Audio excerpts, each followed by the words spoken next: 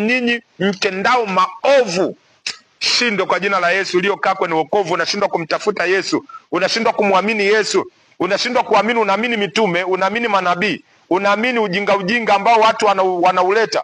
Wewe amini Yesu. Maelezo yanasema, sikiliza ule mstari wa 7 wa 21.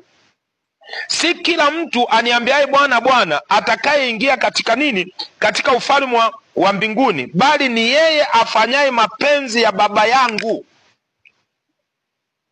Yule anayefanya mapenzi ya baba yake, yule anayefanya mapenzi ya Mungu. Ukishamjua Mungu, hauwezi kufanya mapenzi ya shetani. Hauwezi kuwa wewe kufanya tabia ambazo ziko kinyume na Mungu. Lakini ukiyajua madhehebu utafanya, ukijua dini utafanya, ukiwajua mitume na manabii utafanya, ukiwajua wainjilisti wa huduma zote utafanya.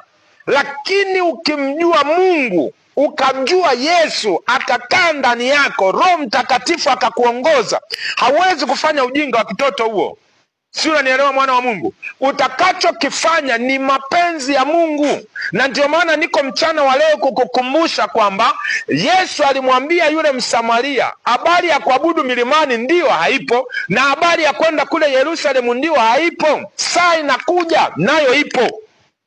Yaani saa inakuja ndio majira yetu ya sasa. Ile saa ipo ndio ilikuwa yale majira ya Yesu na Msamaria. Alafu saa inakuja ndio wakati tuliokuwa nao sisi, kwamba saa hii hatutamwabudu Baba kule Yerusalemu, hatutamwabudu Baba milimani. Baba anatafuta wanayemwabudu katika roho na kweli. Roho na kweli.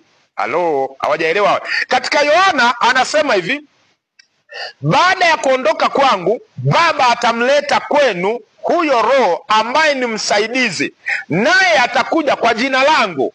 Akiesha kuja atawahakikishia habari za ulimwengu. Sikiliza, kwa wale wanayemwabudu katika roho